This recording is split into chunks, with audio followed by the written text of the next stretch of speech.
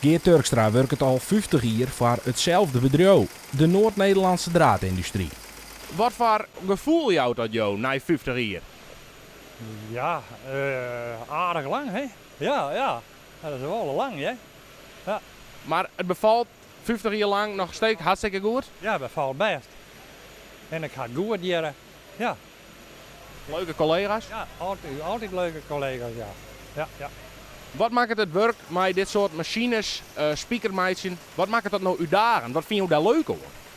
Dat is altijd weer wat anders, hè? Ja, die ene, dan gaat ze een probleem daarmee, dan gaat ze een probleem daarmee en dan mag dat oplossen en zulke dingen. Ja, dat is wel leuk.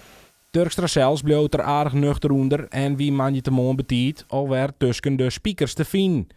De directeur oer wat Geert budget voor haar bedrijf. Nou, Geert is erg standvastig. Hij is er elke dag, nooit ziek.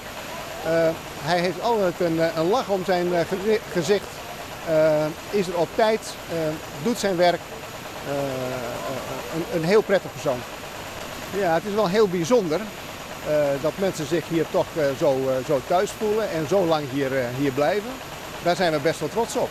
Manjetemon in de pauze waar Turkstra in het zintje zetten en kregen alle meewerkers een stukje gebak met speciale opdruk. Turkstra zelfs werd werkdij in meer als 50 jaar lang nog als de dag van juster. Als ik ben van school aankwam en toen is hij hier neef en die zei toen van, die ben ik in dak en zei dan mag ze een bij hakkenbad zien om werk, want ik zei ik wil wat werk hebben.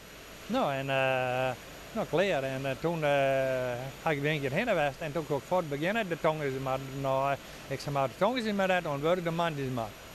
Tak om weekend gaat het hele bedrijf te bolen en zal de speakerfabriek omdoopt worden tot restaurant. 50 jaar bij dezelfde baas. Dat zag je net zo heel vaak. Reden genoeg dus voor een feestje.